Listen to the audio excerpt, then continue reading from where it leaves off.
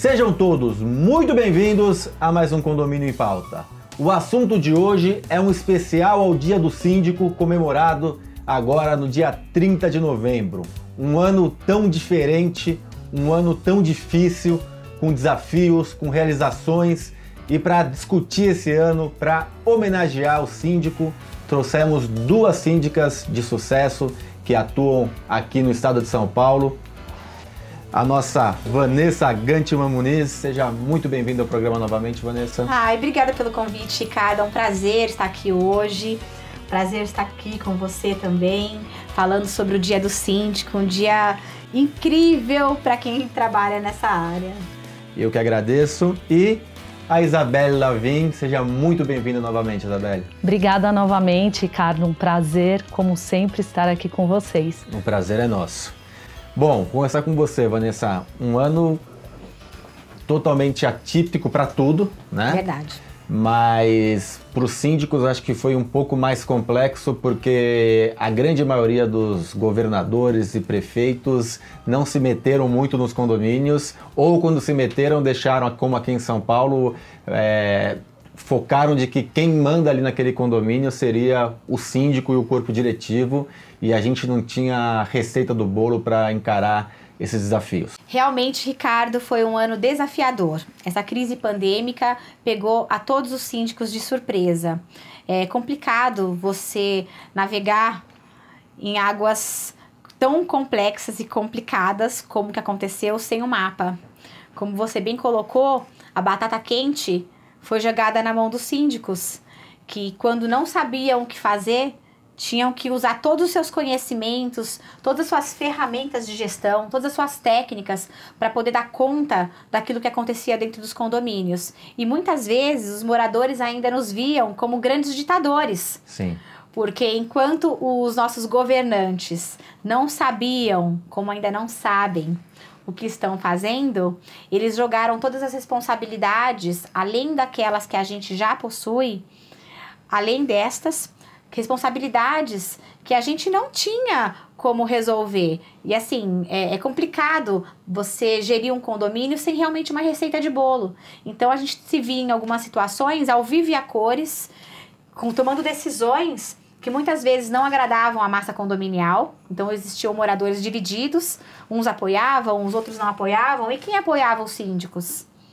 A bem da verdade, houve uma união de síndicos, houve uma união de gestores para a gente juntos tentar seguir de uma determinada forma nos nossos condomínios. Escuta, o que você está fazendo no seu condomínio? Olha, eu tenho o WhatsApp ajudou assim, bastante muito. Também, né? Foi um meio de comunicação muito eficiente, rápido, dinâmico, para a gente poder resolver os problemas do dia a dia. Isabelle, tem também um complicador que cada hora era uma notícia diferente, ainda é uma notícia diferente. A OMS, que eu tenho diversas críticas, né, que é o órgão principal da saúde mundial. No começo não tem que usar máscara, depois tem que usar máscara, depois assintomático não transmite, depois assintomático é o que mais transmite, depois vai pelo ar, não vai pelo ar. A gente está com 8 meses pós o início, 8, 9 meses, e a gente ainda não sabe direito as coisas. E aí tem lá a síndica, né, no seu caso, para tomar as decisões pelo condomínio. Muito complexo, né? Exatamente. Bom, como a Vanessa falou, pegou todo mundo de surpresa e nós, síndicos, gestores desses condomínios, ficamos também em situações bastante delicadas, né? De ter que tomar providências, atitudes num momento, às vezes, de improviso, até sem pensar muito, porque realmente a gente ia com o nosso bom senso e essa troca de informações entre os síndicos foi muito interessante também. Nós temos grupos de síndicos profissionais que o contato era diário, troca de comunicados, troca de informações, como que você está fazendo no seu condomínio, o que você sugere para eu fazer. Então não foi fácil, quer dizer, não tem sido fácil, né, porque ainda não acabou, mas realmente foi muito intenso e um ano de muito aprendizado também, porque a gente, acho que tudo que vier para frente vai ser mais fácil depois desse ano, porque agora a gente já tem mais aquele jogo de cintura. Você acredita que os síndicos, não todos, mas a maioria deles, os profissionais principalmente, se uniram mais nesse momento? Com certeza. Isso é fato, não tem como, porque se a gente não se unisse, ia ser ruim para todo mundo. Então, a informação sendo divulgada, difundida entre os bons profissionais é de extrema importância, sim, porque todo mundo estava no mesmo barco, como a Vanessa falou. Sim. Se a gente não se comunicasse, não trocasse essas informações, ia ser ruim para todo mundo. Acho que foi essencial essa troca de figurinhas. Vanessa, vamos falar uma coisa que eu acho que foi boa. Mesmo, lógico, vamos esquecer as desgraças, as mortes, isso não dá nem para entrar nesse mérito. Mas os moradores perceberam que existia um síndico, né? Muitos moradores até a pandemia não sabiam direito o que é síndico, o que era administradora, o que era gerente predial, é tudo a mesma coisa. E agora eles começaram, acho que a grande maioria entendeu o que é o síndico e a importância de se ter um síndico capacitado. Olha, você falou uma coisa muito importante, independentemente dessa questão triste, lamentável, que envolve vidas, a pandemia, ela trouxe algumas coisas importantes. E o que eu percebo dentro dos condomínios foi essa questão da consciência. Os moradores, eles tiveram consciência dos seus papéis dentro das suas casas, dos papéis de cada um daqueles que estão fora. O síndico, o gerente predial, o zelador, os funcionários da administração interna, o pessoal da limpeza, foram grandes guerreiros, o pessoal da portaria, cuidando da segurança enquanto eles estavam todos enclausurados. Essa questão do posicionamento dos papéis ficou muito nítido dentro dos condomínios por conta da pandemia. Isso foi incrível, porque hoje os moradores, eles têm uma consciência muito maior. E eu vejo isso infinitamente maior do que aquele mundo da alienação, que eu sempre falo, que mundo você está? Mundo real ou mundo dos alienados? Criou-se uma consciência. Então, por exemplo, eles passaram a perceber um rito de limpeza dos funcionários da limpeza. Eles não sabiam quando limpavam, como limpavam, quanto eles estavam lá na linha de frente se submetendo à contaminação. O que era menos valorizado ou totalmente desvalorizado virou... Passou a ser mais valorizado. Eu penso que trouxe um novo olhar. As pessoas tiraram o véu, colocaram máscaras, ou seja, aquilo que estava nos olhos passou para a boca, então comecei a enxergar mais. É isso que eu percebi. As máscaras, elas tamparam a boca e abriram os olhos. Isso é incrível. Isso para mim é incrível. É uma tomada de consciência. Gostei. Não é? Legal. Isabelle, nos condomínios a gente tem muito